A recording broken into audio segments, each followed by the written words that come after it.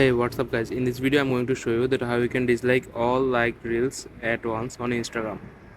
So let's jump into the video. What you have to do, first you have to open up your Instagram app, then you have to go to your profile. So after going to profile, what you have to do, you have to go on this three dot bar icon, you have to click on this. Then after that you have to click on your activity option. Please guys, make sure you watch the full video and follow the steps that I'm going to show you.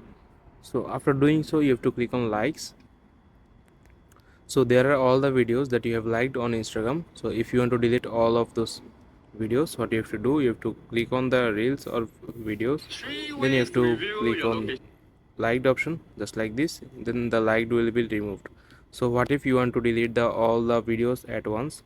So Instagram doesn't have this feature yet, so you have to click all the videos one by one and you have to dislike these videos or reels just like this. So I hope you find this video helpful guys. Please leave a like on this video and subscribe my channel for more video like this. Peace.